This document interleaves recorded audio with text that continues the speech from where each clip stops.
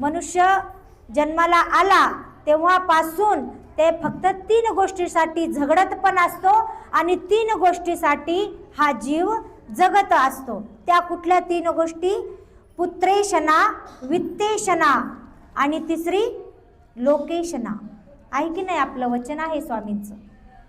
पुत्रेशना, वित्तेशना आणि लोकेशना या 3 गोष्टीच्या वेगळं जीव काहीही करत नाही। कारण तरुण वय असतं, तरुणपण बालपणामध्ये जातं, बालपणामध्ये तरुणपण संसारामध्ये जातं। संसारामध्ये गुंतल्याच्या नंतर त्यांना सहजच वाटतं की आपल्याला पुत्र संपत्ती असावी, पुत्राची प्राप्ती असावी। पुत्र झाला की सहजच जीवाला असं वाटतं की आपल्याला वित्तेशना म्हणजे धनप्राप्ती असावी।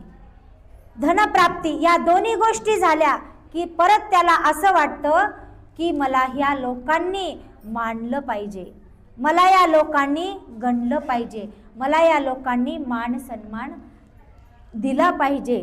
या 3 गोष्टीमध्येच मनुष्य गुरफटलेला आहे।